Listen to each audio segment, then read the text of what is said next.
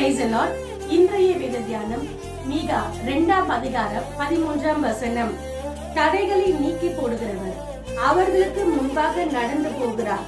அவர்கள் தடைகள் மீது வாசலால் உட்பிரவேசித்து கடந்து போவார்கள். அவர்கள் ராஜா அவர்களுக்கு முன்பாக போவார். கர்த்தர் அவர்கள் முன்னணியில் நடந்து போவார். இந்த நாளுமாய் கூட தடைகளை நீக்கி போடுகிற கர்த்தர் நம்மளுக்கு முன்பாக கடந்து செல்கிறார்.